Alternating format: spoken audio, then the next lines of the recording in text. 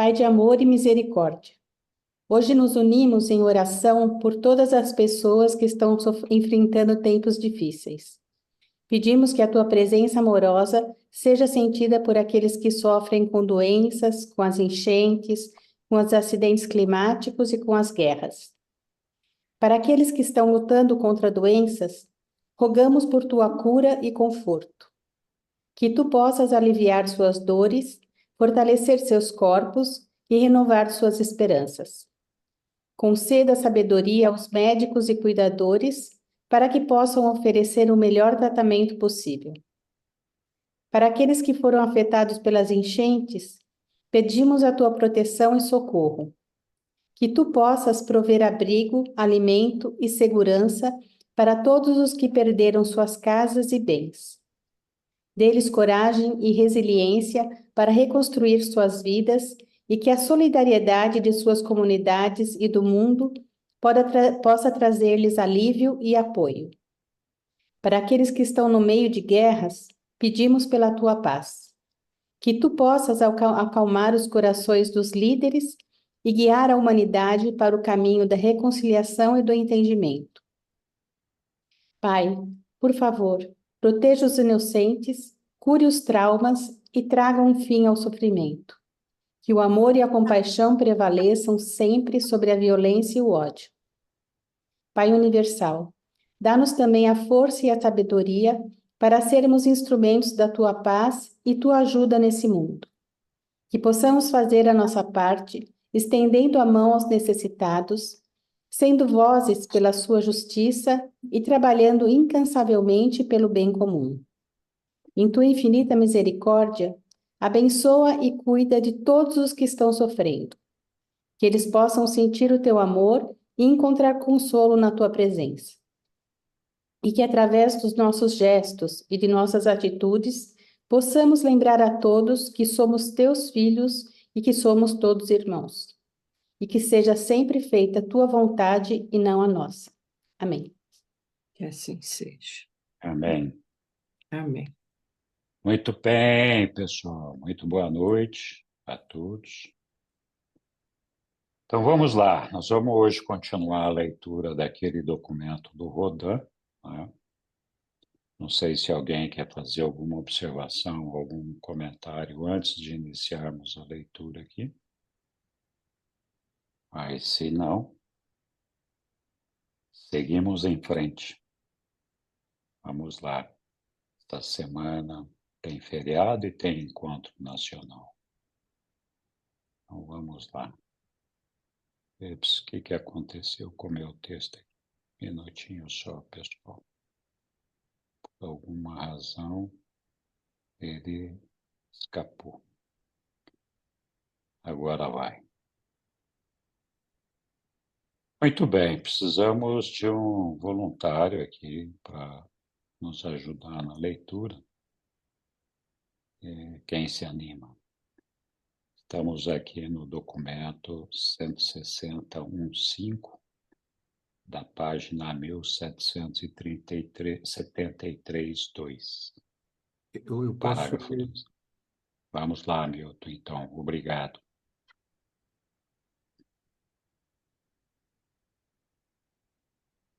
Os animais respondem livremente ao impulso da vida, mas apenas o homem pode alcançar a arte de viver.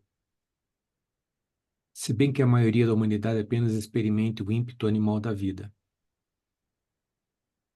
Os animais conhecem apenas essa urgência cega e instintiva. O homem é capaz de transcender a esses ímpetos da função natural. O homem pode optar por uma vida no plano elevado da arte inteligente e até mesmo no plano da alegria celestial ou do êxtase espiritual. Os animais nada se perguntam sobre os propósitos da vida e, consequentemente, nunca se preocupam nem cometem suicídio. O suicídio entre os homens atesta que esses seres emergiram no estágio puramente animal da existência e, subsequentemente, atesta o fato de que os esforços exploratórios de tais seres humanos falharam em atingir os níveis artísticos da experiência mortal. Os animais não conhecem o sentido da vida. O homem não possui O homem não somente possui a capacidade de reconhecer os valores e a compreensão dos significados, mas também é cônscio do significado dos significados, é consciente de um discernimento interior. E aí, paramos aqui, vamos. Alguém quer colocar alguma observação? Posso fazer uma pergunta? Pode, claro. Queria entender melhor aqui, onde ele diz assim: o suicídio entre os homens atesta que esses seres emergiram do estágio puramente animal de existência e, subsequentemente, atesta o fato de que os esforços exploratórios de tais seres falharam em atingir os níveis artísticos da experiência mortal. O que é níveis artísticos?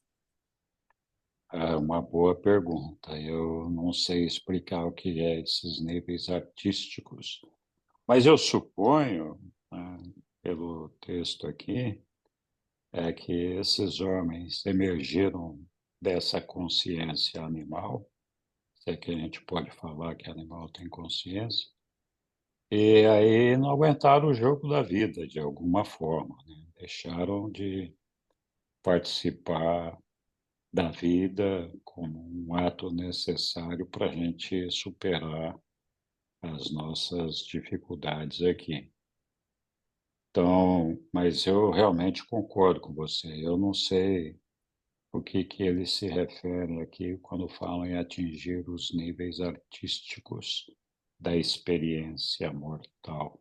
Alguém se anima a dar um entendimento a isso?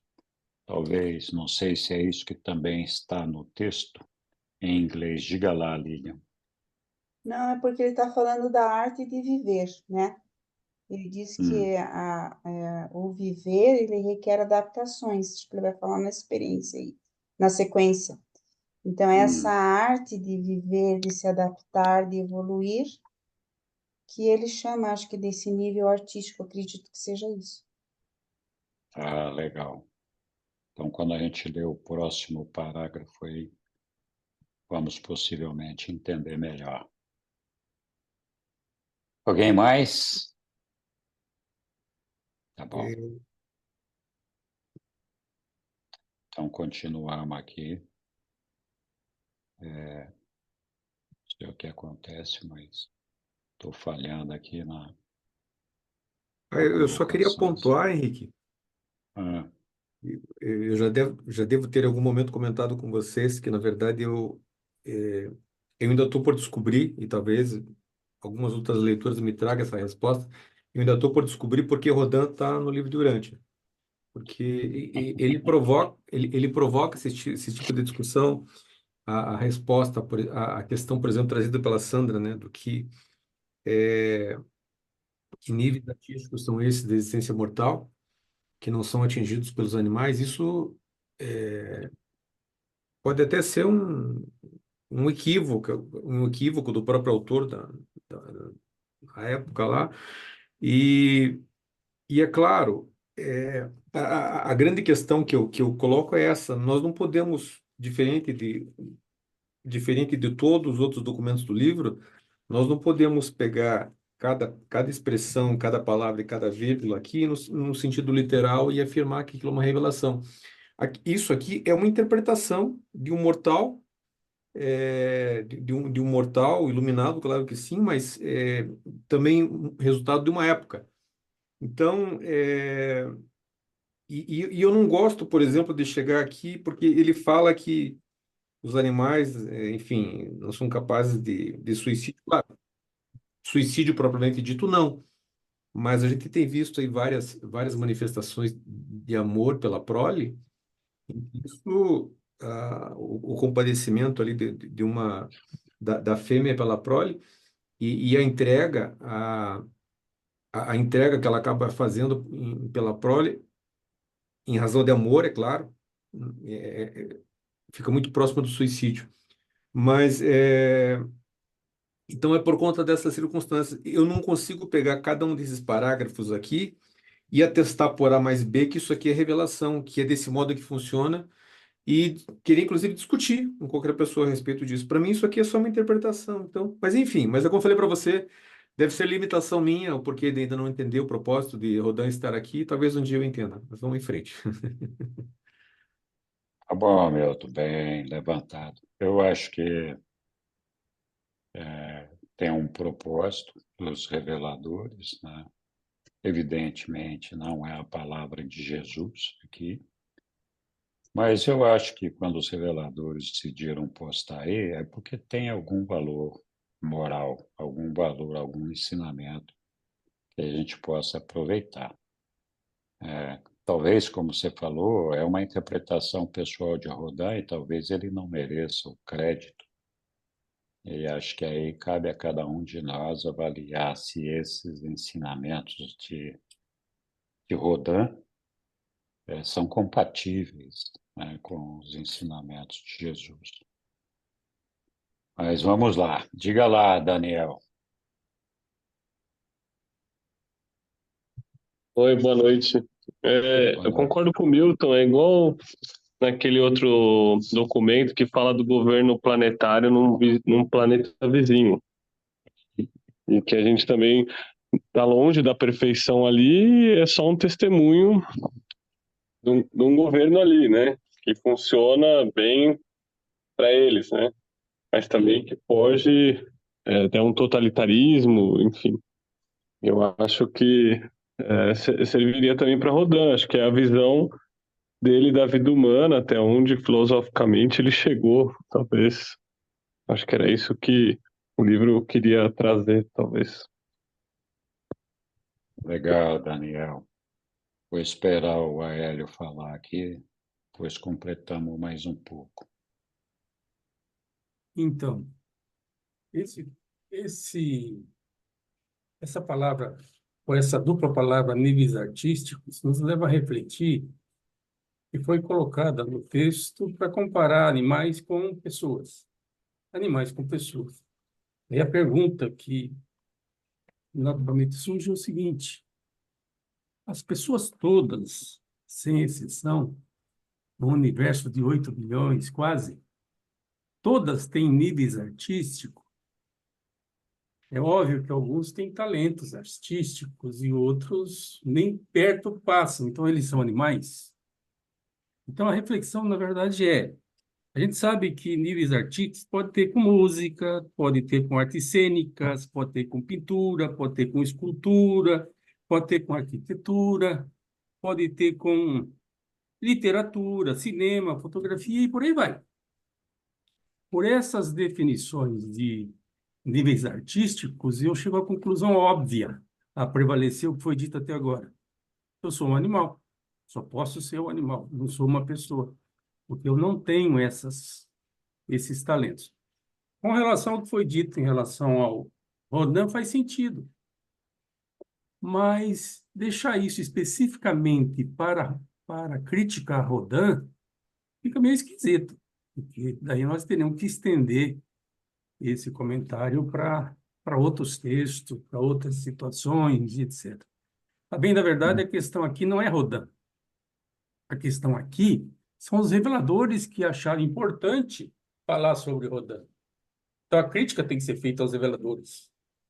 Eles não sabiam da importância disso para as gerações futuras, falar sobre Rodin, falar sobre um grego vivendo no Egito.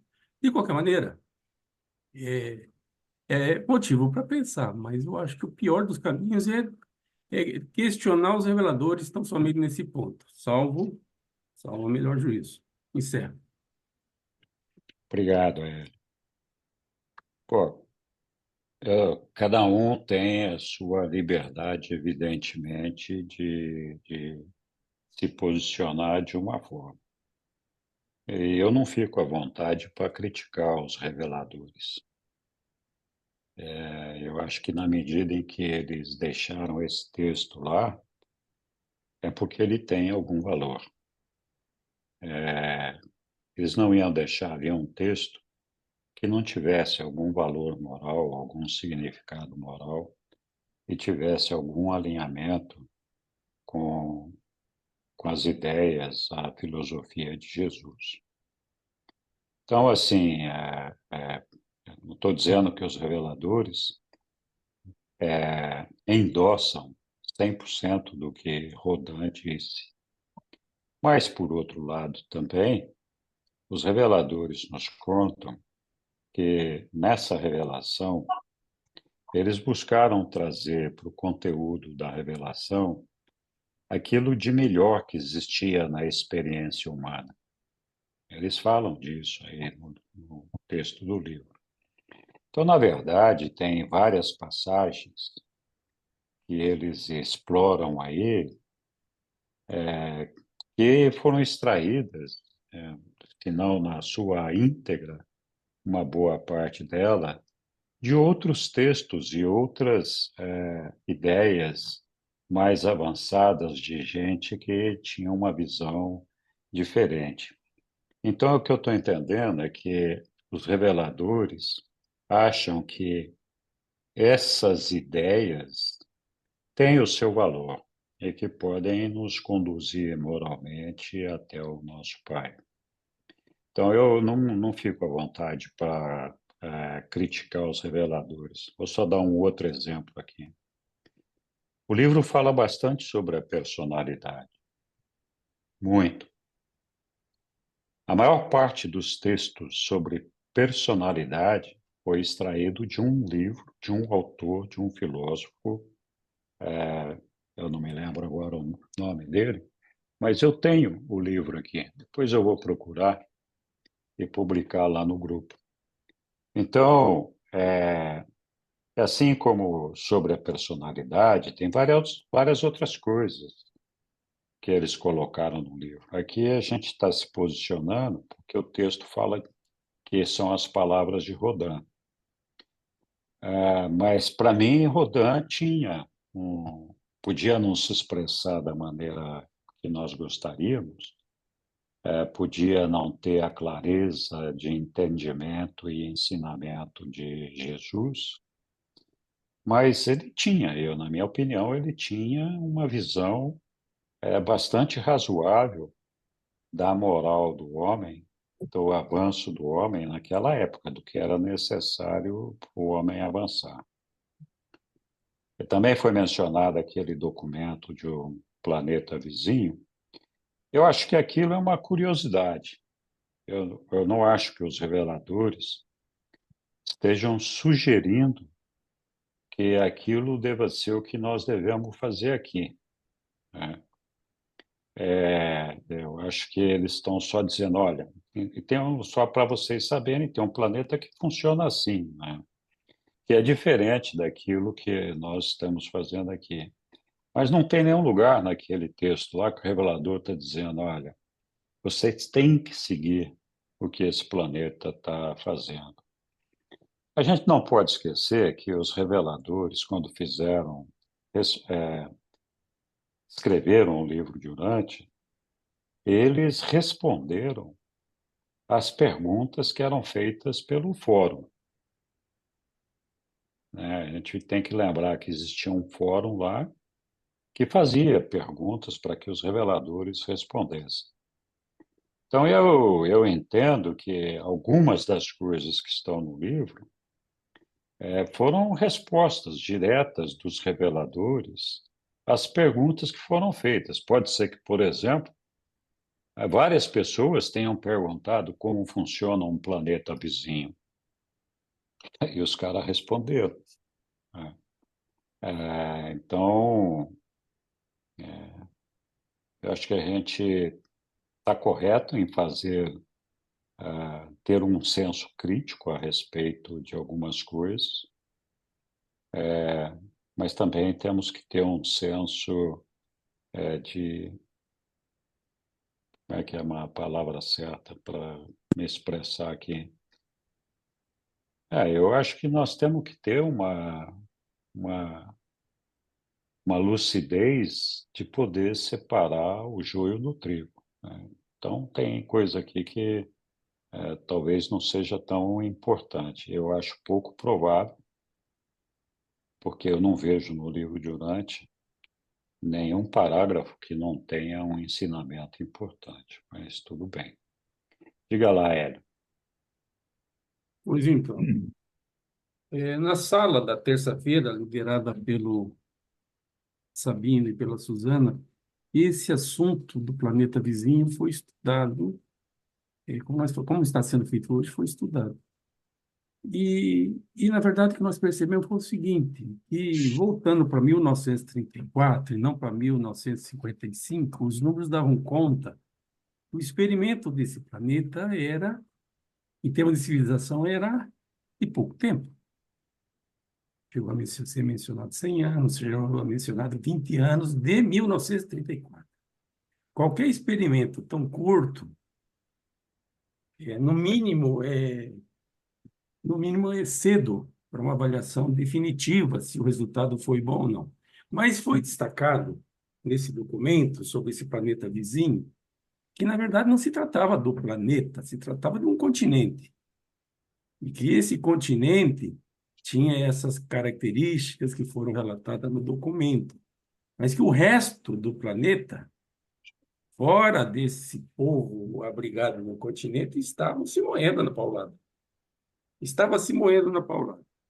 Eu não sei direito como funcionavam as civilizações aqui no nosso planetinha na década de 30, até porque nós estávamos na iminência de uma guerra mundial. Mas no nosso tempo atual, nós temos civilizações, especialmente entre os nórdicos, que é digno de muito respeito, de muita consideração, de muita evolução. É verdade que no meio disso temos o Brasil e outros. Mas, enfim, será que nós não temos experiências no nosso planeta tais como, ou tais tantas, que possam ser rivalizadas com esse planeta? Eu não quero criar o debate, mas simplesmente quem cita esse documento assim, sem levar em conta essas particularidades, no mínimo leu superficialmente. Grato. Obrigado, Hélio. Oi, O Lucas Lucas. quer fazer uma pergunta. Boa noite a todos. Primeira vez que Boa eu noite. participo aqui do fórum, agradeço a Bem-vindo. oportunidade. Obrigado. Eu estou finalizando a leitura agora, acho que faltam poucas páginas, e recentemente eu passei por essa parte, né, do pensamento grego de Rodin. Então, assim, não sei se eu posso comentar agora também. Claro que pode. Todo Assim, mundo aqui pode.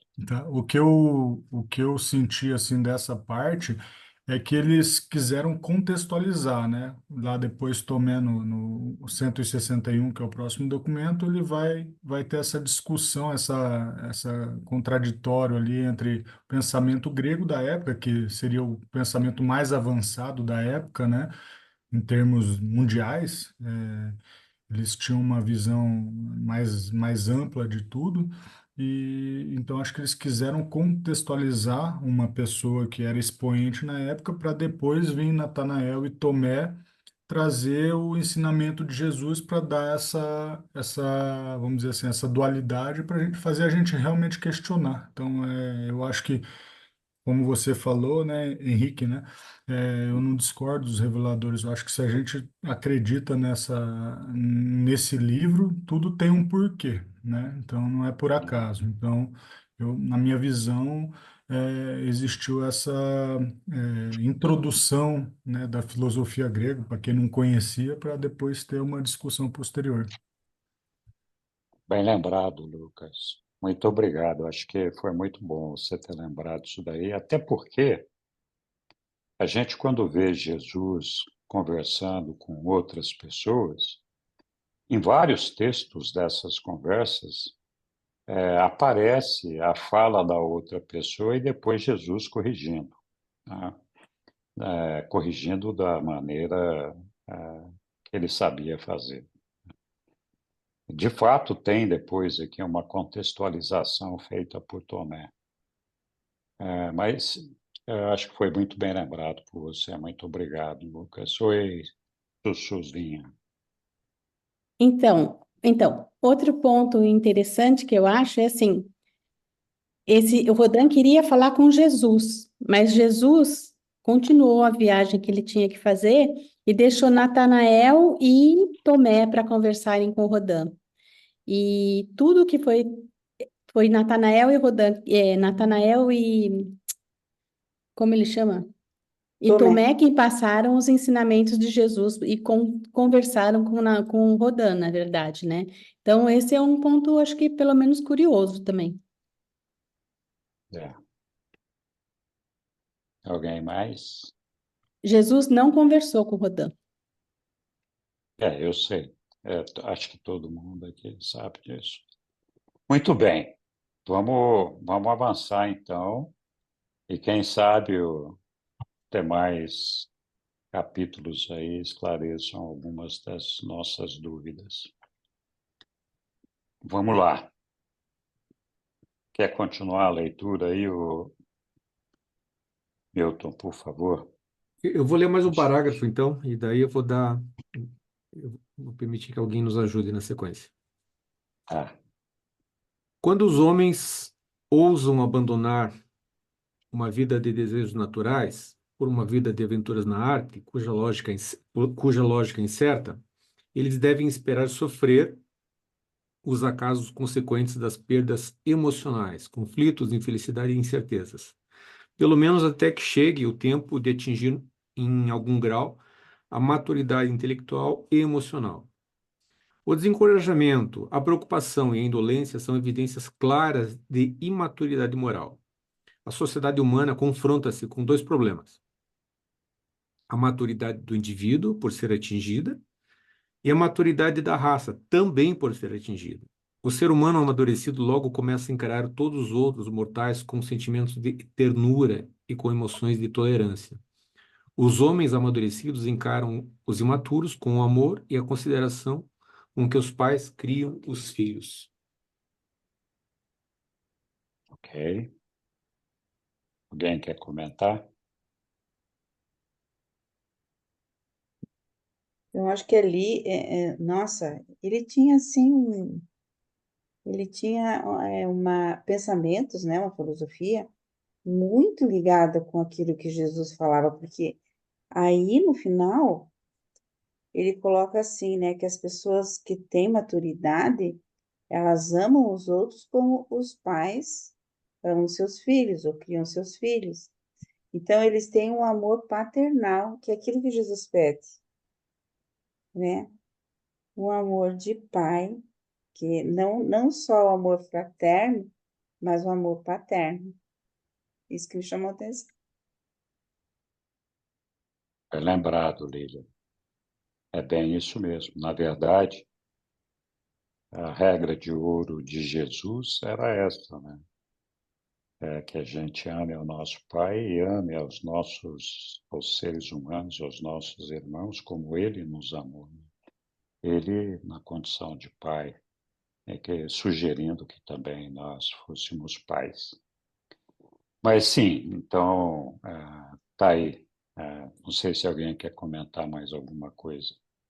Boa noite, Henrique. Oi, Yara.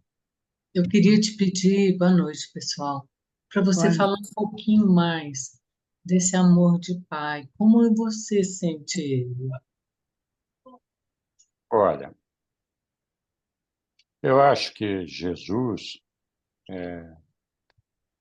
estando aqui entre nós, na condição de ser também o Micael, como o Micael, sendo o nosso Criador, ele é o Pai de todos nós.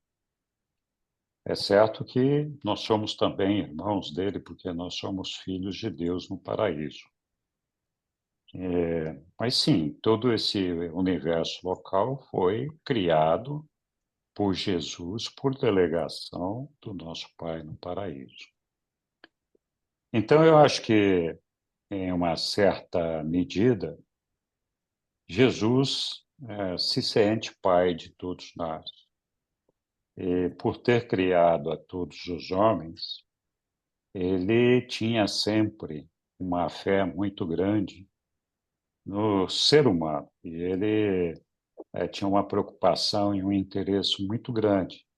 E para ele, a dimensão da personalidade, o tamanho da pessoa, do ser humano, não estava vinculado a nenhum fator de elite ou de cultura ou de filosofia ou de qualquer outra coisa. Eram simplesmente seres humanos, que, como ele mesmo dizia, ele separava, assim como o pai separa, em apenas duas categorias, né? Aqueles que acreditam em Deus e aqueles que não acreditam.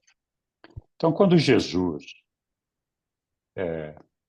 se autodeclarando como se fosse o nosso Pai, dizia: olha, é importante que vocês amem os seus semelhantes como eu vos amei. Esse é um amor de pai. E qual é a diferença de um amor de pai de qualquer outro amor?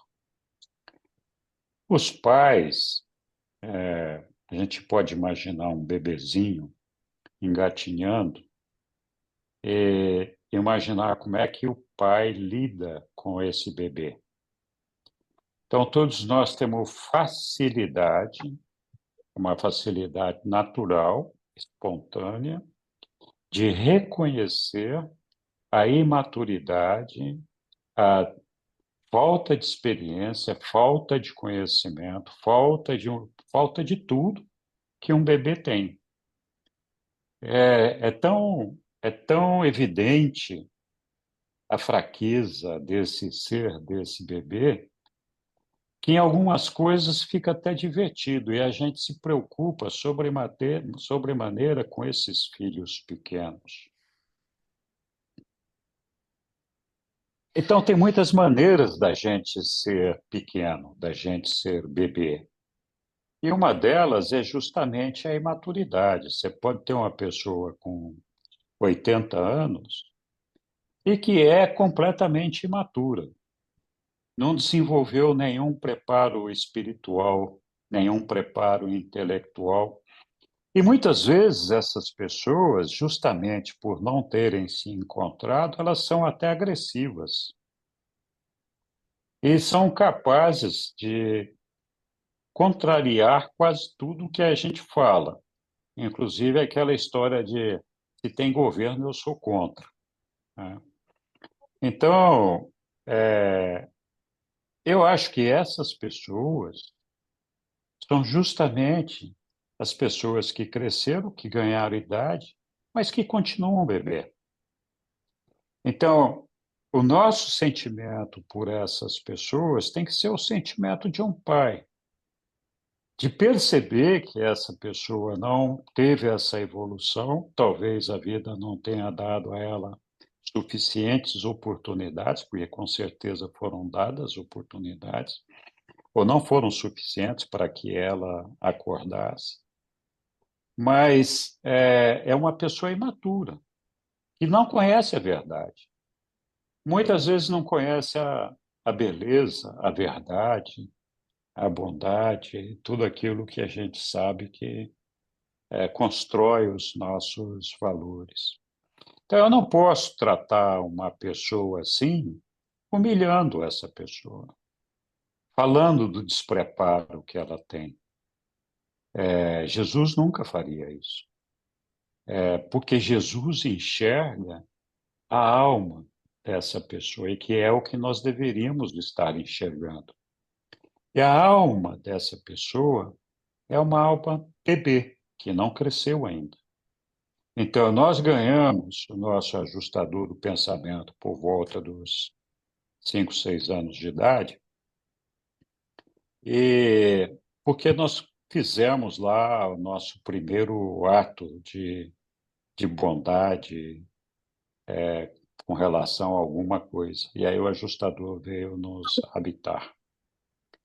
Então, no momento em que o nosso ajustador chegou na nossa mente, naquele momento foi estabelecido o início da construção da nossa alma.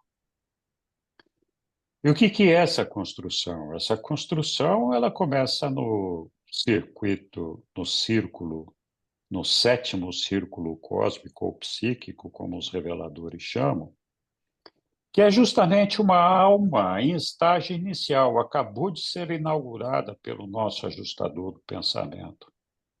Ela ainda tem que progredir para avançar por todo o sétimo círculo, depois avançar no sexto, no quinto, no quarto, no terceiro, no segundo, para finalmente chegar no primeiro, que seria o ponto onde, teoricamente, essa pessoa estaria preparada para fazer a fusão com o seu ajustador do pensamento, faltando pequenos detalhes de ajustamento em sua mente para que isso fosse possível. Então, essa pessoa que chegou no primeiro círculo é uma pessoa madura, que tem maturidade, sábia, que aprendeu, se desenvolveu. O que está no sétimo círculo ainda é um bebê. Só que quem está no sétimo círculo pode ter 5 anos, como pode ter 100. Só não avançou. Então, quando Jesus diz que nós temos que tratar como se fôssemos pai, Ficou mudo. Você está mudo. Congelou. Congelou. gelou, Agora voltou. voltou. Uhum. Então se Como se aqui, sim, fôssemos pais, separou aqui. como se fôssemos pais, porque é essa visão que um pai, o cuidado que um pai tem com um filho que é recém-nascido ou que está começando a engatinhar e todo esse negócio. Então, essa paciência, esse amor, essa dedicação, essa compreensão dessa imaturidade desse ser, para nós não pode ser vista pelo tamanho do corpo físico e pela idade da pessoa. Nós deveríamos buscar enxergar o tamanho da alma dessa pessoa, o tamanho da verdade que ela já conheceu, o tamanho da experiência que ela conquistou. Então, ela pode estar engatinhando, né? E nós não podemos humilhá-la, não podemos ficar nos exibindo, dizendo, você não sabe de nada, Deus não é isso, Deus é aquilo, Deus não sei o quê, suas crenças estão erradas. Não, não é essa a ideia. Nós temos que buscar, né, com um passe de arte, com uma arte de viver, mostrar a essa pessoa as verdades da vida, sem contradizer ou sem questionar as suas crenças. Então, Jesus dizia: olha, quando você pega um balde com água suja, você não joga fora a água do balde, porque você esvaziou o balde, não sobrou nada. Se você esvaziar uma pessoa de suas crenças, não sobrou nada. Essa pessoa acabou, ficou terminada. Ela perde a identidade dela. Ela perde até a consciência do porquê que ela viveu até ali e o que ela fez da vida dela. Então, a reação dessa pessoa certamente não vai ser positiva. O que Jesus dizia, o balde está com água suja, vai somando água limpa. Vai jogando água limpa. A suja vai sair, um dia vai ficar só a limpa, né? Então, esse amor de pai é isso. A gente não pega o cinto para bater num filho que está engatinhando, porque ele pegou uma coisa do chão e botou na boca. A gente não faz isso. Espero. Então, por aí. Diga lá, Hélio. Não sei se eu respondi a Yara, mas Depois que o Aélio falar, eu quero falar um pouquinho. diga Pois lá, Hélio. então, eu já estava declinando, mais um minuto ou menos eu teria baixado a mão. Mas você podia pôr aí o verso 6, que foi o que acabaram de ler, por favor? Posso, claro. É uma poesia esse verso. Vamos lá. Ok, Hélio. Está ali os 6 na tela. Vou até ampliar ele aqui um Eu tenho uma pouquinho. certa dificuldade de interpretação. Aí eu já Hum, fui no inglês para ver se por acaso tinha a ver com algum hum, problema de tradução. Vamos lá. Quando os homens ousam abandonar uma vida de desejos naturais. Pronto. Ok. Vida de desejos naturais. Por uma vida de aventuras na arte, ou seja, um contraponto, um versus o outro. Aí vem cuja lógica é incerta.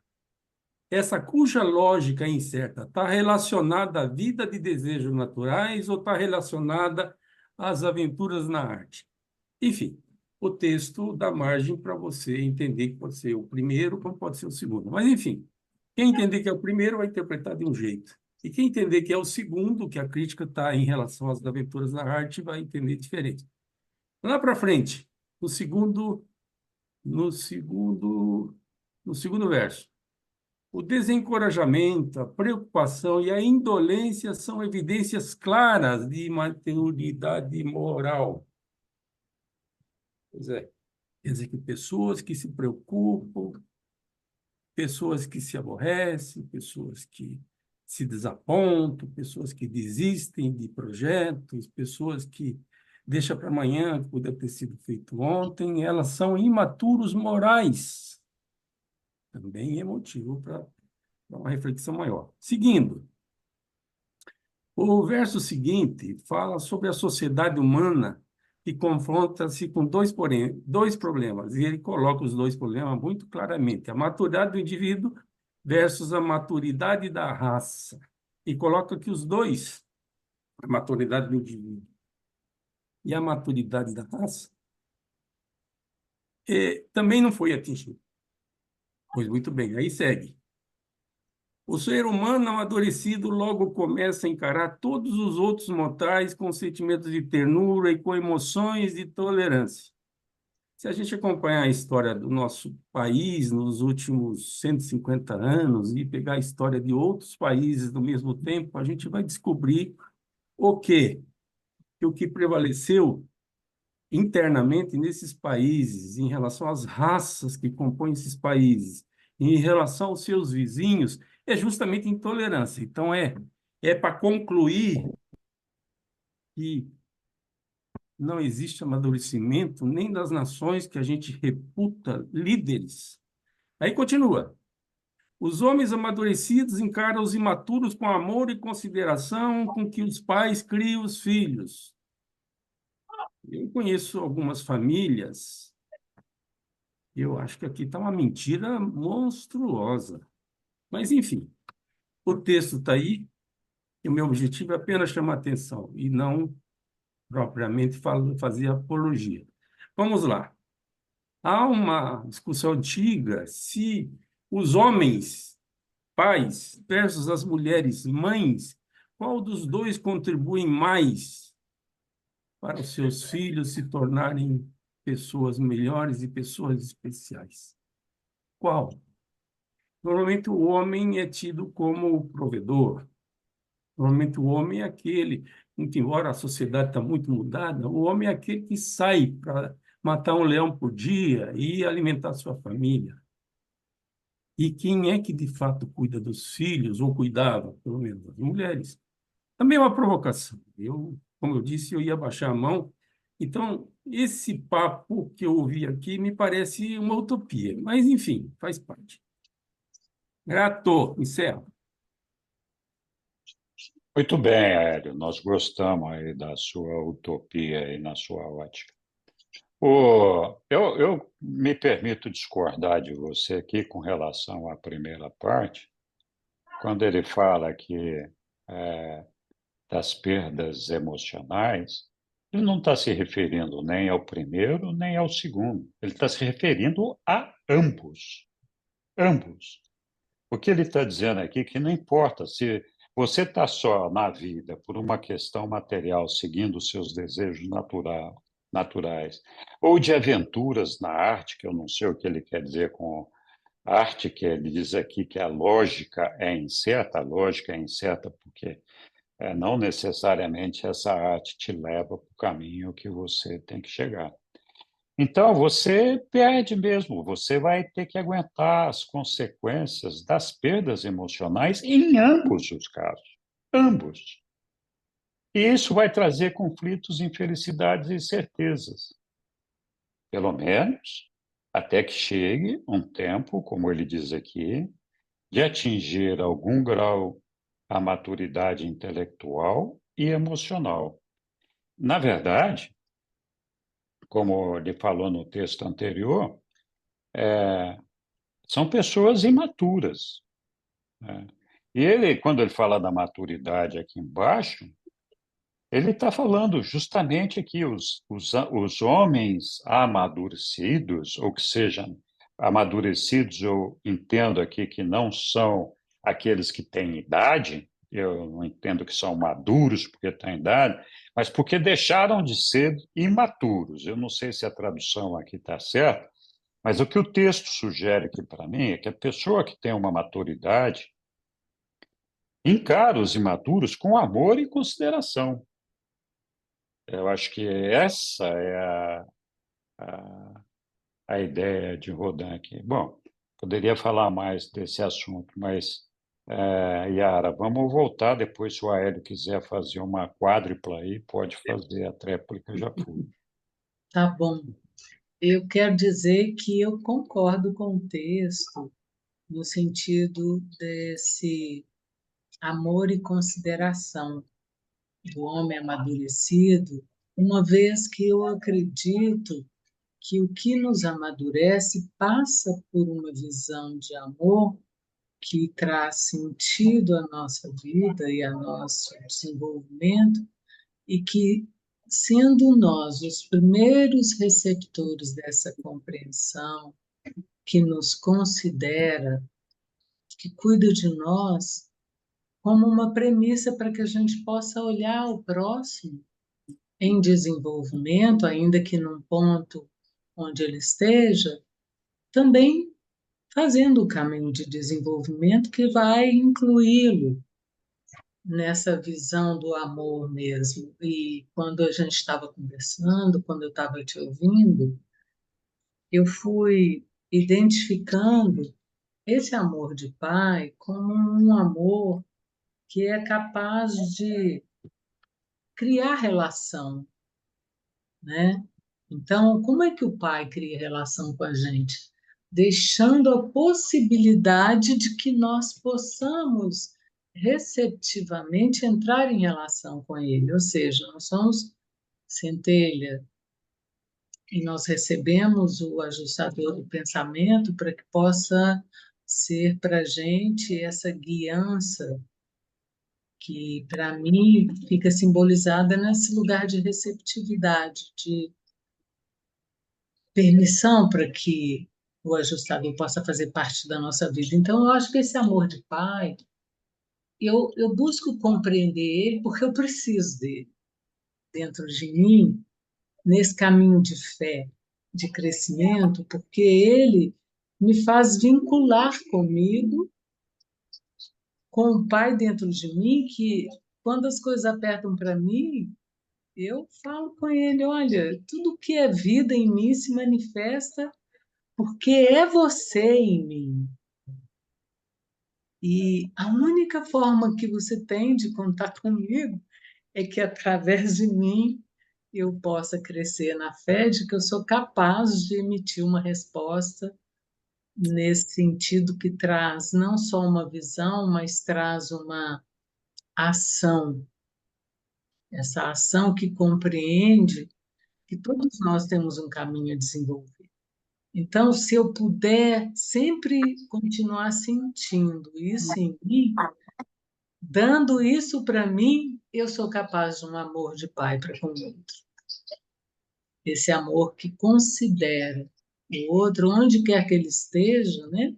Por mais difícil e conflitivo que seja, mas eu posso ver. Eu posso ver numa distância maior, numa distância menor, mas eu posso ver que está acontecendo ali dentro dele um caminho que acontece em mim também. Mesmo que cada um esteja num ponto diferente, numa visão diferente. Então, amar ao outro como o Pai me ama, implicitamente me inclui nesse caminho de conexão. falando isso para ir sentindo se é isso mesmo que faz sentido para mim. Eu acredito que você me falou disso um pouco ou muito, não é verdade? É. Muito bem, Yara, muito obrigado. Olha, o a nossa maturidade, ela cresce no conhecimento da verdade, no conhecimento da beleza e no conhecimento da bondade. Ela não cresce necessariamente por aquisições intelectuais ou materiais. Não tem nada a ver. Eu compreendo Então, isso. uma pessoa que consegue se ver como um cidadão do cosmos, um cidadão da criação do Pai, e essa pessoa entende que existem trilhões de pessoas que são nossos irmãos, espalhados por esse cosmos, e que esse ser vivente, esse cosmos, que é um organismo vivo, tem um propósito a ser alcançado, e a gente é parte desse propósito. À medida que a gente vai crescendo nisso daí, e crescendo no nosso amor ao nosso Pai, nós vamos sendo mais e mais capazes de ter um olhar de maior amor, compreensão pelos nossos semelhantes. Então, a maturidade está aí, você desenvolve uma fortaleza interior que não faz com que as adversidades da vida desapareçam, elas continuam ali, não vão desaparecer. Só que você vai lidar com elas com uma tranquilidade. Você vai lidar porque, bom, esse é o que meu pai está colocando no meu caminho aqui para o meu crescimento, para me fazer entender, aprender alguma coisa. E esse negócio que eu estou enfrentando aqui agora é uma coisa temporária, transitória. Daqui a pouco eu vou sair deste mundo, vou lá para as Morôncias e vou continuar a minha jornada de uma outra forma. Então, quando você tem esse olhar de que a sua vida ela pode ser eterna e que você pode alcançar Deus, então você tem esse olhar de que, não importa o que eu estou fazendo aqui agora, como dizia Jesus, se esse templo for destruído, em 3 dias eu vou ressuscitar, vou estar lá do outro lado e a minha vida vai continuar, né? Então, se você tem essa fé, essa capacidade de acreditar nisso, que problema humano, que problema que nós podemos enfrentar aqui que vai nos derrubar? Eu acho que nenhum, porque se a gente acredita no nosso Pai, sabe que esse é o caminho, que Ele vai estar ali com a gente, vai estar nos acompanhando e vai estar assegurando a nossa eternidade e vai fazer com que a gente chegue até Ele, o que a gente está dizendo é que não precisa ter medo. Nada vai nos acontecer. O que pode nos acontecer é maravilhoso, não é desesperador. Então, nós temos que superar essas dificuldades transitórias com essa tranquilidade da certeza de que nada disso vai nos afetar. Quando a gente tem essa maturidade, a gente consegue enxergar o sofrimento dos nossos irmãos. Porque, na verdade, as pessoas que não encontraram Deus, e tem muitas pessoas que não encontraram a Deus ainda, elas sofrem, elas sofrem. Elas têm um problema de escravidão das crenças, dos dogmas, das dificuldades, da falta do desconhecimento da verdade, do desconhecimento da beleza e da bondade. E o que sobra para elas são os prazeres da vida ou todas as frustrações dessa vida material. Então, ela não tem essa visão de futuro, esse alcance de que eu vou estar lá com meu pai e tudo isso aqui é passageiro e vai passar. Então,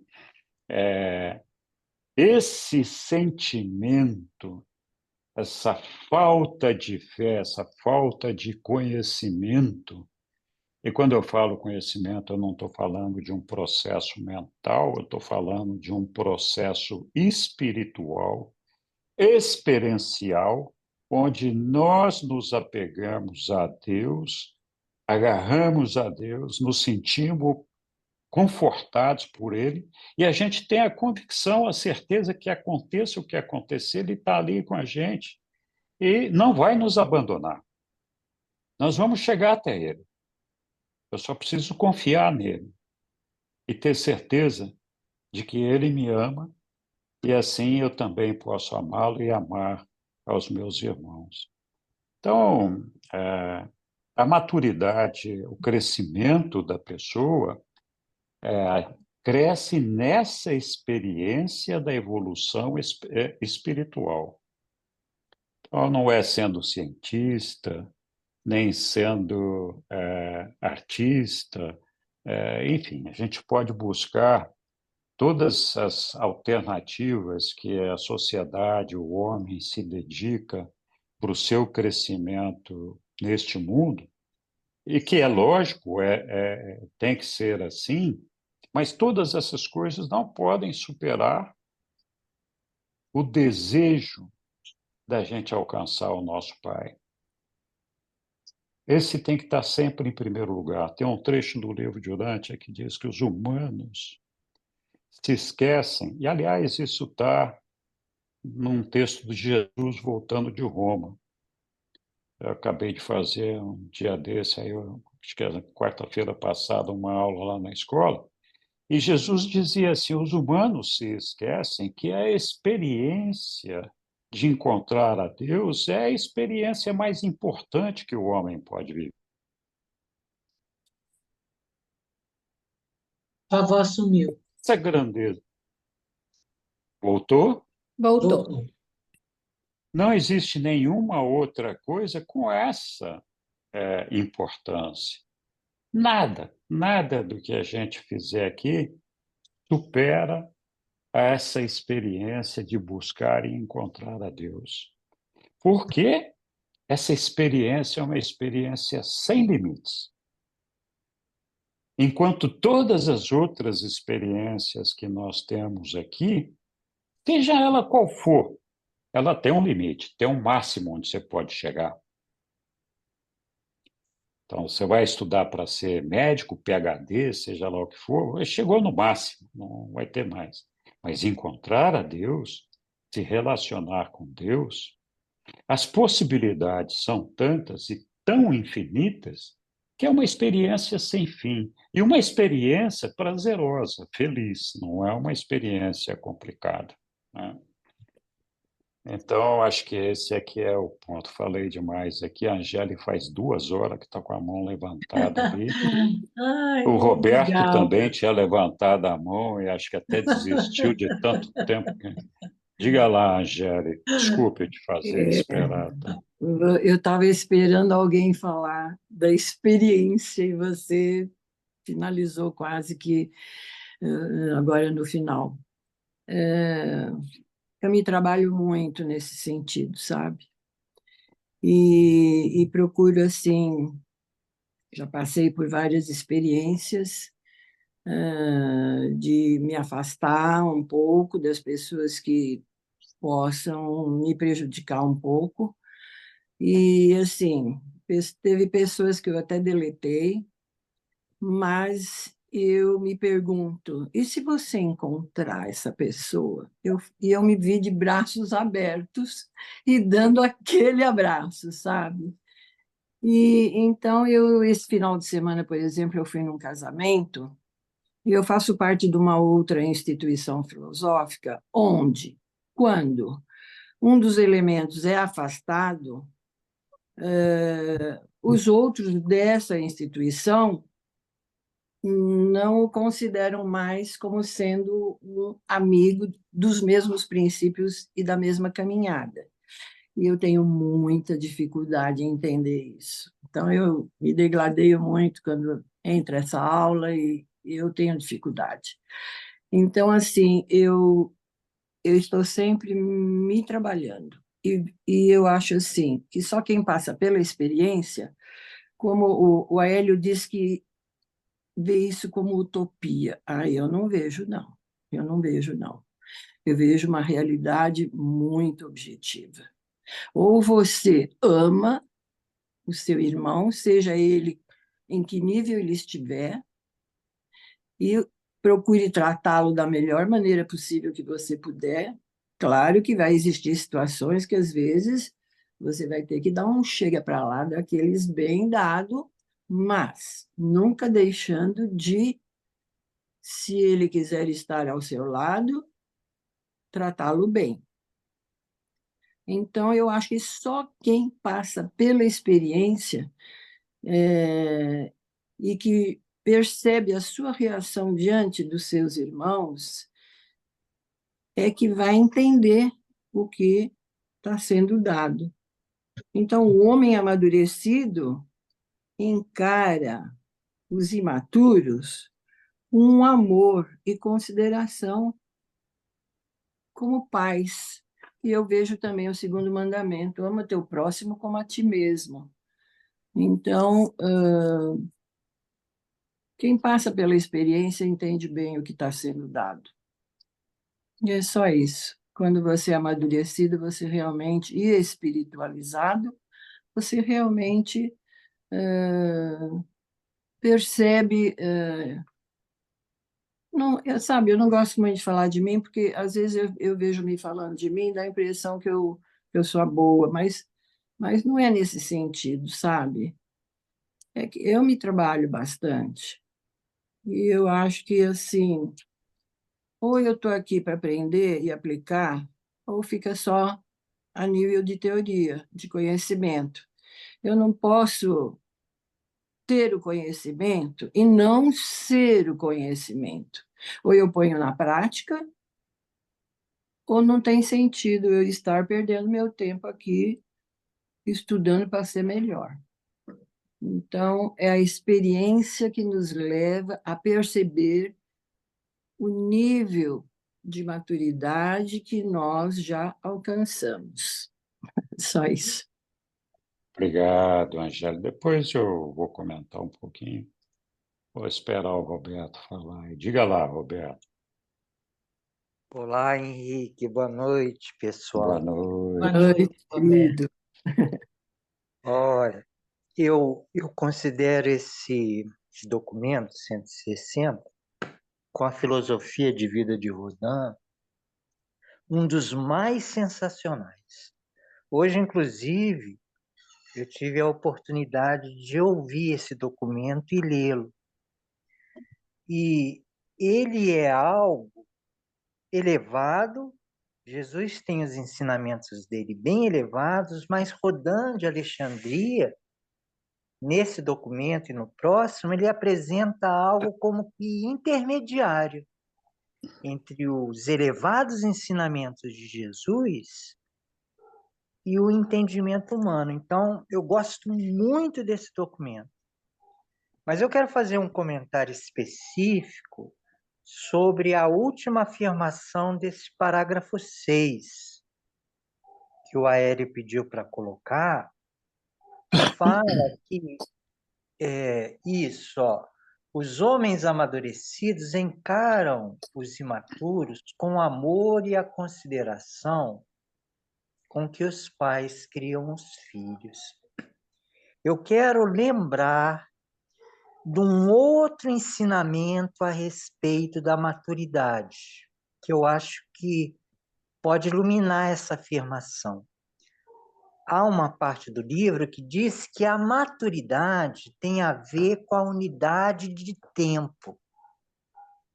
Quanto mais maduro você é, mais longe na frente você consegue ver a sua vida e mais amplo no passado é a sua experiência. Uma criança recém-nascida, um bebê, ele consegue ver um dia ali à frente. O que eu vou comer, o que eu vou beber. Aí a criança vai crescendo, ela entra na escola, começa a pensar em passar de ano. Já na juventude, talvez ela queira fazer um vestibular. E quando começar a trabalhar, já faz plano de 5 anos. Ela começa a ver mais longe, um curso universitário. Até que você faz um plano de vida, de casar. Então, eu acho que a maturidade tem a ver com você ser capaz de cada vez ir mais longe. Até que uma pessoa, uma alma amadurecida, ela já está vendo a vida dela, a vida da alma imortal, entendeu? Então, quando você vê uma criança, um bebê, que você vê o raciocínio dele, aquilo, você olha com os olhos do pai também, porque você vê que aquelas preocupações diárias que só abrangem um dia, elas não são tão importantes, entendeu? Você consegue ver lá na frente. A mesma coisa, se você tem uma maturidade de alma, se você se identifica com a sua alma imortal, às vezes você vê outro ser humano, você percebe que, a longo prazo, ali é uma alma, que o Espírito Divino, de alguma maneira, vai encontrar um lugar e que aquelas questões que aquele ser humano imaturo está envolvido, elas não são tão terríveis como ele pode pensar. Então, eu acho que a maturidade tem a ver com a unidade de tempo. Você olha cada vez mais longe e se embasa numa experiência cada vez mais antiga.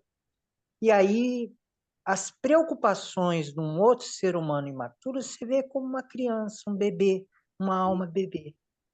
E isso acontece naturalmente. Esse é o comentário. Eu repito, eu acho esse documento 160 um dos mais incríveis. Gratidão a Rodin e a Jesus. Gratidão. Obrigado, Roberto.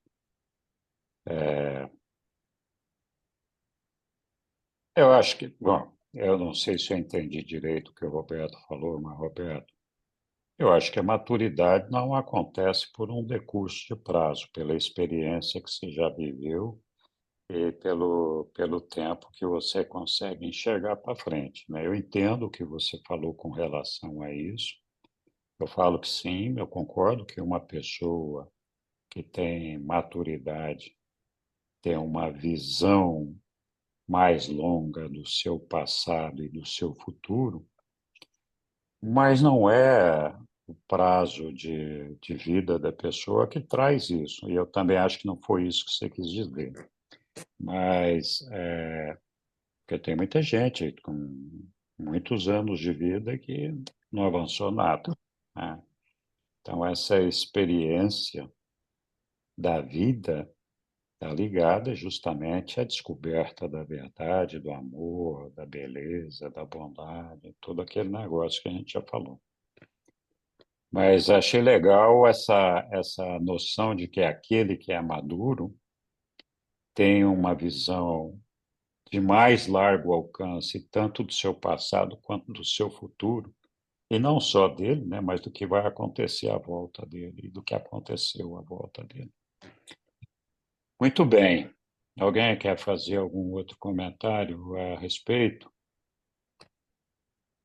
Eu queria só, puxa vida, não sei se era a hora de entrar nesse assunto aqui, mas tem um assunto aqui que é importante com relação ao nosso relacionamento com as pessoas. E, de novo, aqui eu vou lembrar Jesus.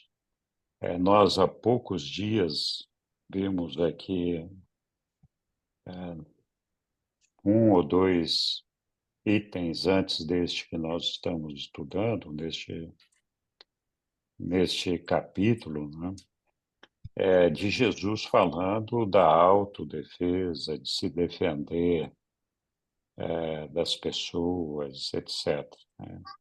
Jesus falou disso em várias oportunidades da sua vida entre nós.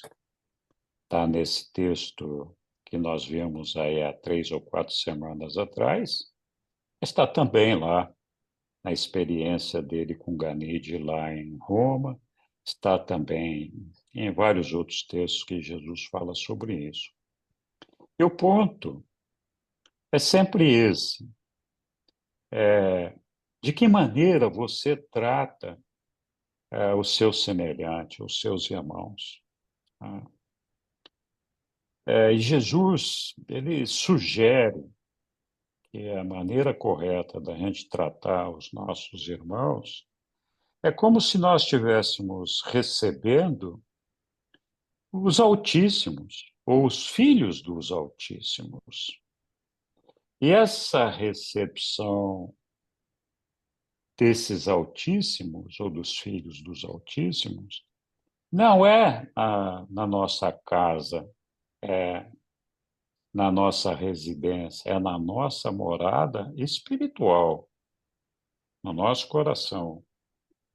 Então, nós deveríamos tratar a cada semelhante que nos cerca com amor, com dignidade, com respeito, com carinho, essa é a proposta de Jesus lá, chegando até a dizer que mesmo que ele fosse agredido por alguém, ele não reagiria no sentido de agredir aquele agressor. Poderia reagir para conter aquele agressor por todos os meios possíveis, seja por uma fala, seja por conseguir imobilizar o agressor, ou seja, por outros meios que possam imobilizar ou cortar a ação do agressor, mas sem agredir o agressor. Ele, nessas falas, ele vincula essa ação no seguinte sentido: olha, você não pode agredir um irmão seu, você não pode fazer justiça. Você tem que praticar a misericórdia. Então, é certo que o agressor está fazendo uma coisa errada. Mas não é porque ele está fazendo uma coisa errada que você também pode fazer. Então, nós não somos juízes de ninguém.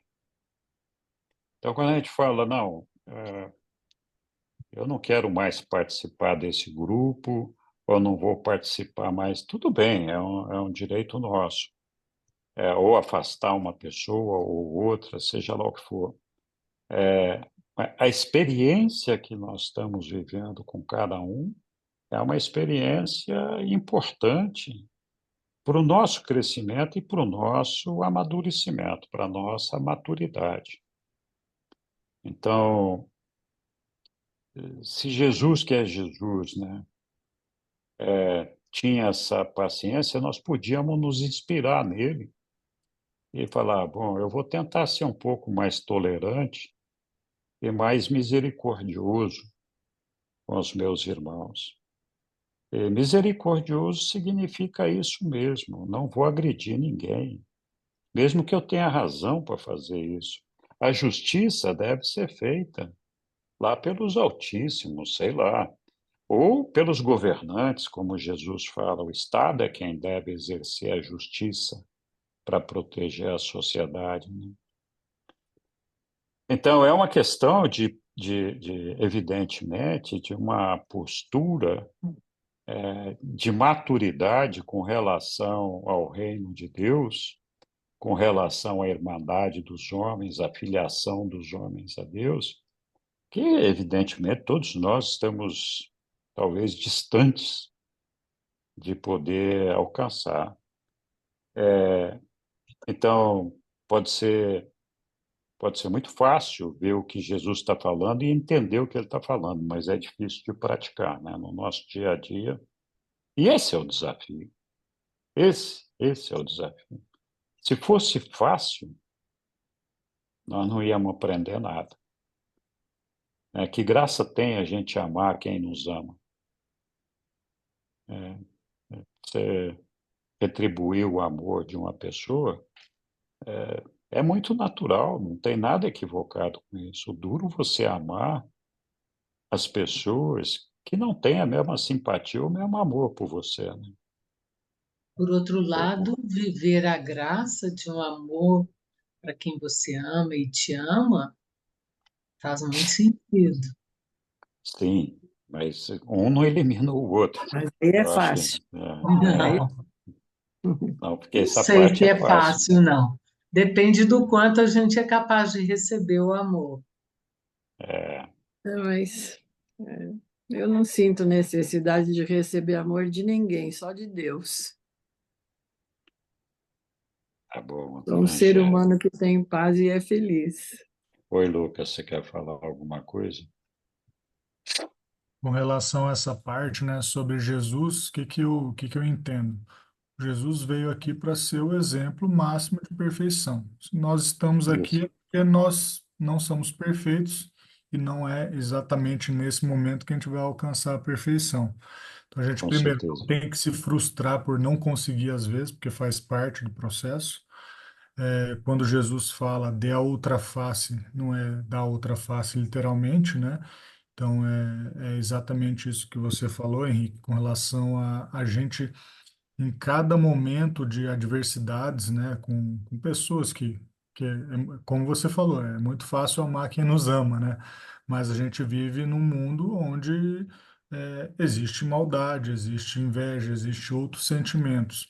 Então a gente está aqui exatamente para exercer esse conhecimento que a gente tem, essa experiência que Jesus, né, trouxe para o mundo, que é como eu vou agir em cada situação. Não preciso retribuir, não é mais código de Hammurabi, olho por olho, dente por dente, mas às vezes a gente vai errar e vai agir de uma forma mais visceral. Mas eu acho que a nossa luta diária para atingir essa maturidade seria respirar, pensar, não agir de pronto, tentar com a mansidão quebrar talvez a ira do outro lado, né? Então são exercícios diários, né? Na teoria é muito lindo a gente ler e falar, vamos aplicar, mas a gente só vai conseguir isso com o dia a dia e sempre pensando, nós temos o exemplo perfeito para se seguir, então vamos buscar agir conforme isso. Isso mesmo, Lucas. A gente está aqui aprendendo. Agora, a gente tem que se esforçar para aprender, né? Não podemos só escutar, entra num ouvido e sai no outro, né? Peraí, vou parar para pensar um pouco aqui. O que eu posso mudar na minha vida para fazer com que as coisas se aproximem mais dessa verdade? Talvez vai levar uma eternidade, mas eu tenho que me esforçar, né? E é por isso que a grande maioria das pessoas tem medo de seguir a religião de Jesus, porque ela implica num esforço gigantesco, é um esforço sobre-humano, né? A gente tem que se dedicar muito, se esforçar muito, tem que abrir mão de muitas coisas materiais, né? De abrir mão de muita autogratificação, se a gente quer buscar verdadeiramente o tesouro dos céus, né? Então, o problema é que o tesouro terreno está aqui ao alcance da nossa mão e nós podemos apalpar, sentir e queremos vivenciar esse tesouro também, né? O tesouro celestial, a gente sabe que é muito lindo, muito maravilhoso, mas a gente ainda não consegue apalpar nem sentir. Então, parece que está meio distante, né? É por isso que a gente vive muito a nossa realidade material, justamente em face da nossa dificuldade de apalpar, de perceber, de sentir essa realidade espiritual, né? E só a fé pode nos conduzir para chegar ali de uma maneira exitosa. Não livre de erros. Os erros vão continuar acontecendo até que a gente tenha superado. Mas você tem razão, é isso mesmo. Nós somos falíveis, nós somos imperfeitos. É por isso que nós estamos aqui. Daí a nossa existência, né? Alcançar a perfeição. Mas tem que lutar por isso. Muito bem. Alguém mais quer se manifestar a respeito desse tema? Ou continuarmos a nossa leitura aqui? Muito bem, vamos continuar então a leitura. E agora que o Milton mudou de posição ali, vamos deixar outra pessoa ler então aqui. Estamos no documento 160.17. Quem vai nos ajudar aqui?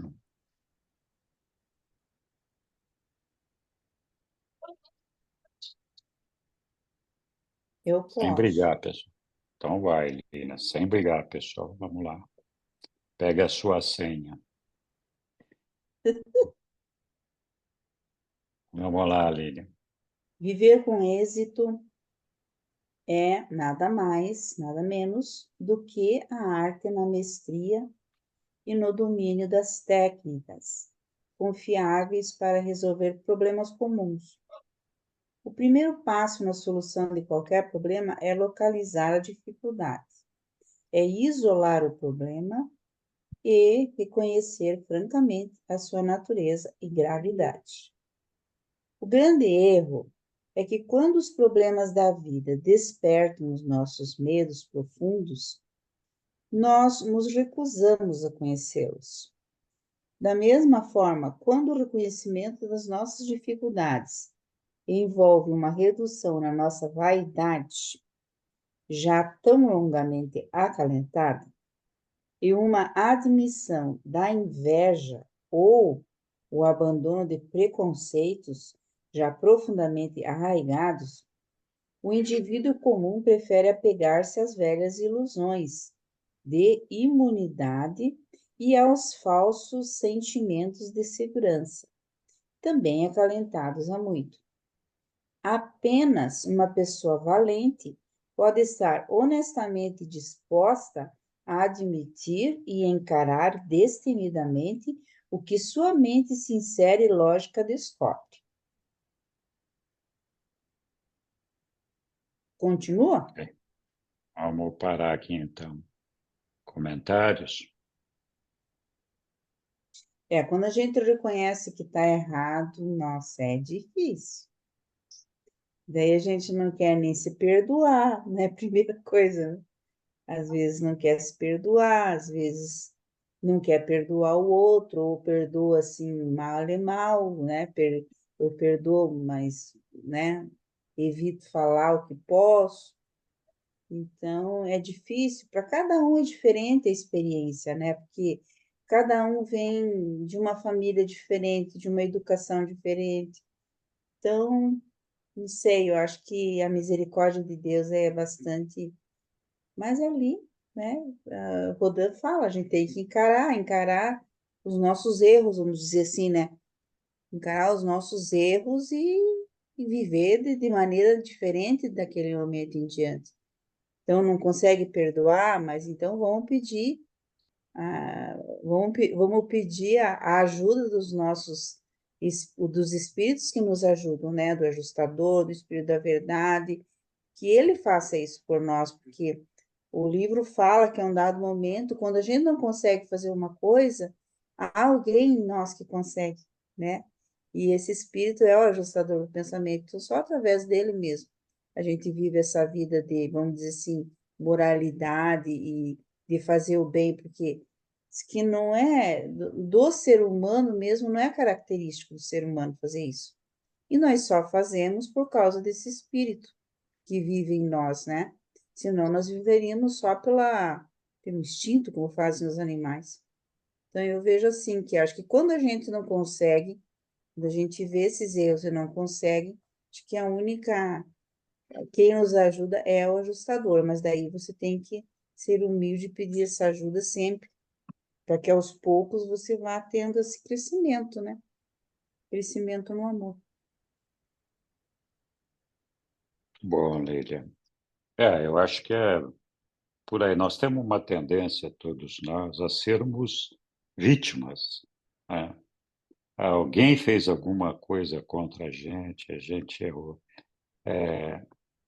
Então, as coisas acontecem para que a gente aprenda a ser amoroso, que a gente aprenda a ser tolerante, para que a gente aprenda a ter paciência. Algumas vezes eu já falei, né? Quem vai escovar o dente e a tampinha do creme dental quase todo dia cai no chão ali.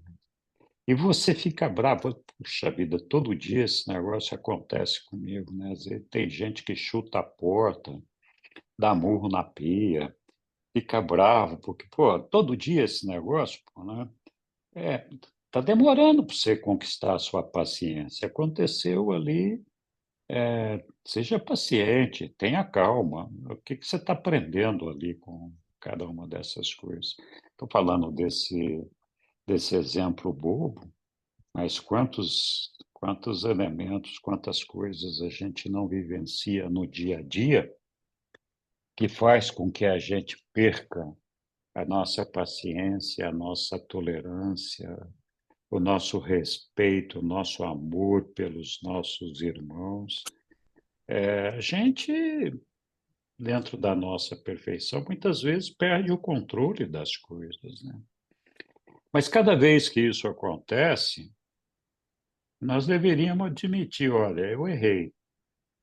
Errei não ao cometer o erro de deixar que isso acontecesse, mas eu errei em não compreender a experiência que essa situação está me transmitindo. O que que eu devo aprender com ela? Devo aprender a ser mais amoroso, devo aprender a ser mais respeitoso, mas o quê? Né? É só dar uma volta de carro no trânsito que a gente descobre rapidinho que a gente é um bicho, né? Um animal.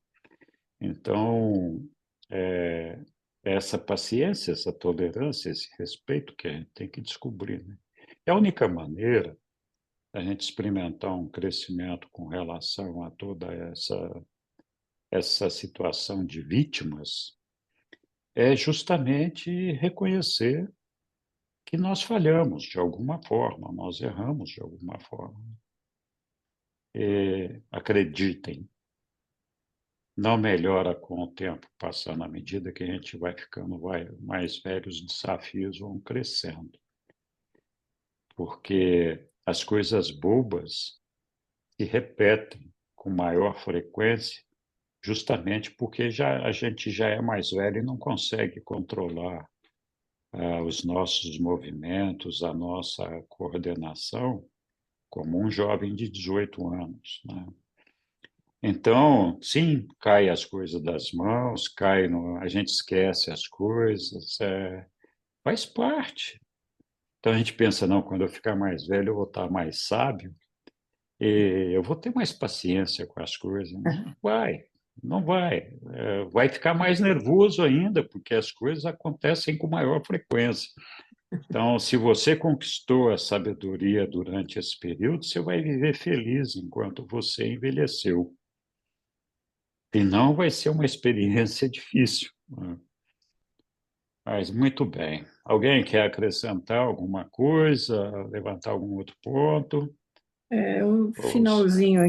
finalzinho aqui falou-se em maturidade lá para cima, agora se fala em valentia.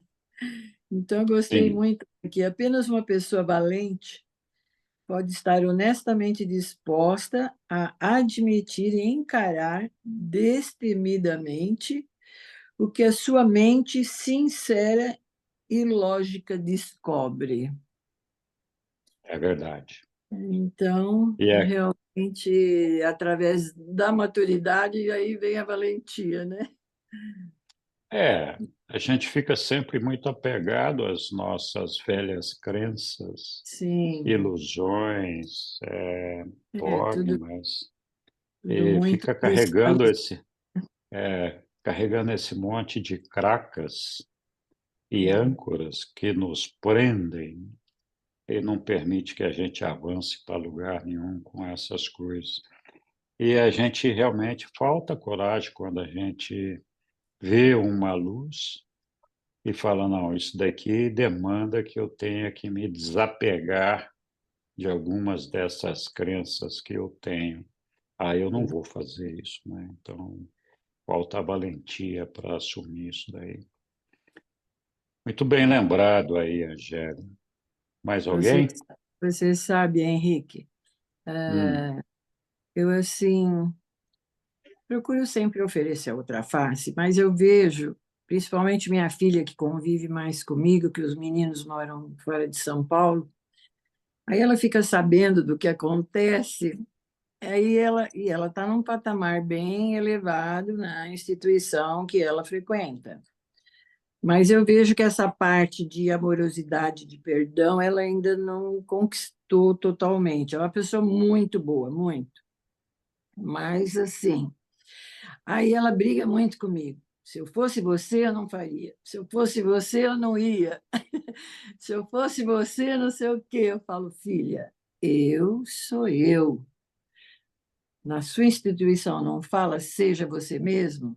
Então, eu sou eu. Agora, se o outro está não está agindo direito, o problema é dele, não é meu.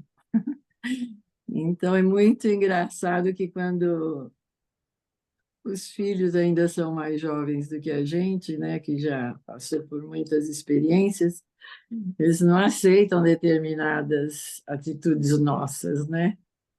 Mas é Pois é. isso. Obrigado, Angélica. Bom, Ah, vamos avançar aqui na leitura, então.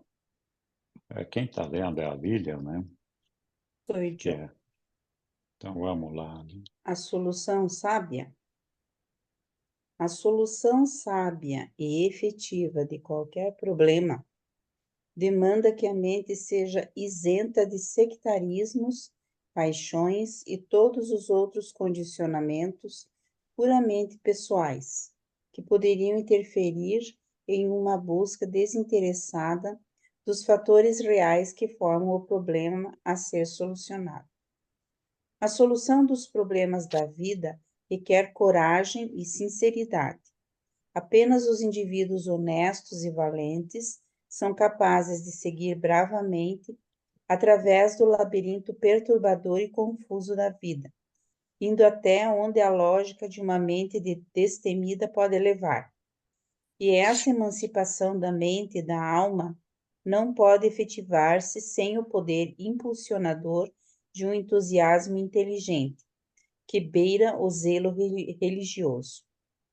A atração de um grande ideal é necessária para impulsionar o homem a perseguir uma meta que seja cercada de problemas materiais difíceis e cheia de riscos intelectuais múltiplos. Bastante Avançamos mais um filosófico, parágrafo. né? Vamos mais um pouco aqui. Ainda que vós estejais efetivamente equipados para encarar as situações difíceis da vida, não podereis esperar ter êxito, a menos que sejais providos daquela sabedoria da mente e encanto da personalidade que vos propiciarão obter a cooperação e o apoio sincero dos vossos semelhantes. Vós não podeis esperar obter um sucesso em larga escala, seja no vosso trabalho secular, seja no religioso, a menos que tenhais aprendido como persuadir os vossos semelhantes, como convencer os homens. Deveis ter tato e tolerância, simplesmente. E mais ou paramos? Lê mais um, Então, melhor de paramos. Jesus. Então vamos lá. O melhor de Jesus, agora ele fala de Jesus. O melhor entre todos os métodos maiores na solução dos problemas, contudo, eu aprendi com Jesus, o vosso mestre. Estou referindo-me àquilo que ele tão coerentemente pratica e que, com tanta fé, ensinou a vós, o isolamento da meditação adoradora. Nesse costume que Jesus tem de sair tão frequentemente e se isolar para comungar com o Pai do céu, é que deve ser encontrada a técnica, não apenas para reunir as forças e a sabedoria a fim de lidar com os conflitos ordinários da vida, mas também para apossar-se da energia necessária à solução dos mais altos problemas da natureza moral e espiritual, pois nem mesmo os métodos corretos de solução dos problemas poderão reparar os defeitos inerentes da personalidade, nem compensar a ausência de fome e sede de retidão verdadeira. Você não achou o seu nome? Não, Ué. não sei se é esse aí. Não, esse aqui é meu, eu vejo sim. Muito Desculpa. bem, sem problema. Vamos lá. Alguém quer comentar alguma coisa? Essa questão de se isolar, às vezes eu mesmo nos encontros que a gente fazia quando eu frequentava a religião católica, era uma maneira de parar um pouco e de se concentrar na espiritualidade, lógico, e nessa parada você reabastece, se vem com um novo ânimo. Então, acho que todo o retiro, vamos dizer assim, ele traz essa benesse, né? Esse benefício de você vir mais assim, preparado mesmo, sabe? Parece que alivia um pouco aquele corre-corre do ano, ou parece umas férias espirituais, assim. Então, é muito bom a gente, vamos dizer, esse nosso encontro de leitores, né? É uma parada também para ver amigos e tudo muito legal. E também da gente se aprofundar em alguns aspectos do livro, vai ser muito bom. Muito legal, Lívia. Uma coisa que precisamos cuidar, eu acho que quando se propõe esse isolamento aqui Rodan está falando da orientação de Jesus, na verdade, do exemplo de Jesus, a gente tem que cuidar um pouco, porque esse isolamento, essa meditação, é com o propósito de fazer uma reflexão sobre os problemas que nós estamos vivendo e de pedir ajuda ao nosso Pai para que a gente possa encaminhá-los segundo a sua vontade. É lógico, nós possivelmente não vamos receber uma ordem clara daquilo que nós devemos fazer, mas a gente sabe o que não deve fazer. Então, o cuidado que tem que ser tomado é que muitas vezes as pessoas se isolam com esse sentimento de vitimização e achando que o mundo está contra essa pessoa, essa pessoa se sente atacada por todas as partes e é uma vítima de todas as circunstâncias de outras pessoas. Então, o isolamento, ele tem que servir para esse propósito de fortalecimento da nossa vontade de superar as dificuldades e, claro, de nos aproximar de Deus, né? É um momento da nossa relação com o nosso Pai. Muito bem lembrado aí, Lina. Algum outro comentário adicional? Sim, diga, Evelyn. Eu queria complementar o que você falou sobre a meditação, né? Que é uma forma, essa parte assim de enfatizar, de se interiorizar, né? O retiro é se retirar do mundo externo e entrar no mundo, em contato com o nosso interior e, e sabendo que hoje a gente até tem essa fonte, né? A gente tem esse conhecimento, essa fonte de entendimento do ajustador do pensamento ali disponível para fazer essa ponte e buscar ajuda e orientação daquilo que a gente quer melhorar, quer se aperfeiçoar, né? Porque a gente nessa meditação eu acho que é o momento de familiarizar com o nosso eu interno para realmente melhorar, aperfeiçoar e evoluir, né? Então, desde que eu li o documento 111, que é a alma e o ajustador do pensamento, me motivou muito antes eu fazia meditação esporadicamente, mas não tinha essa prática constante de fazer diariamente esse retiro interno. E agora eu venho fazendo, faz um ano exatamente, e eu percebo as mudanças, né? Porque não é ficar. Eu não faço o tipo da meditação de deixar a mente parada. Eu entro em contato com aquilo que eu quero mudar e peço ajuda espiritual através do ajustador, né? O Espírito da Verdade, para ter a clareza daquilo que eu poderia melhorar mais, né? Então, a meditação é fundamental e eu admiro muito essa parte de Jesus nos orientando, ele se retirar para poder elaborar e ver o que é os passos da missão dele e conversar com o Pai. Eu fico imitando Jesus para me manter aí apurada nessa linha, né? Queria só complementar isso, porque isso é super revigorante fazer isso, né? Uma vez que comecei, parece que se eu não faço isso é quase como de manhã a gente não escova o dente ou não lava a cara para começar o dia. Parece que fica faltando alguma coisa, né? Então é fundamental, assim. Então estou vendo isso necessário para a minha vida melhorar. Obrigada. Muito obrigado pelo testemunho, Evelyn, muito legal. Oi, Ivanil.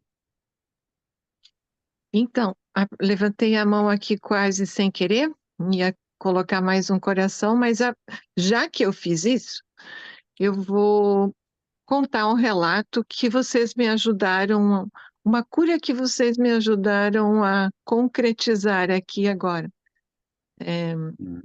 A fala fica assim, naquela fala de Jesus, de dar a outra face, né?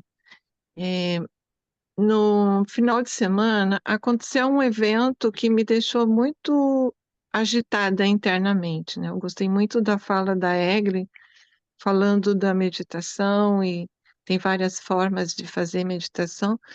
E eu entrei em meditação me perguntando por que daquele desconforto, porque não tinha cabimento dentro do evento, nenhuma ação minha, eu não achava um erro da minha parte, nem da situação envolvida. Mas o desconforto ficou muito grande, e como eu tenho um bom conhecimento de como a minha mente funciona e tal, eu fiquei perguntando, mas onde que está isso? O porquê? O que está acontecendo comigo? E, enfim, eu fiquei bastante meditativa, né?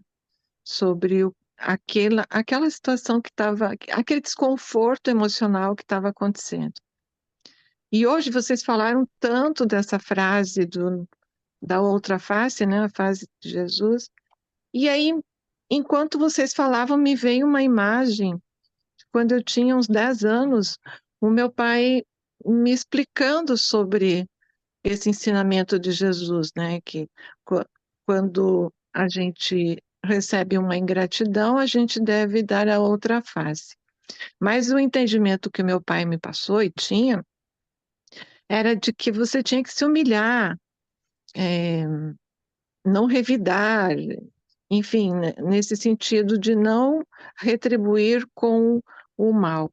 E nesse texto que a gente leu hoje do Rodin, ele ficou bastante claro que, e também na fala do Henrique, para mim ficou bastante claro que a outra face é esse trabalho que Jesus fazia de não agredir as pessoas.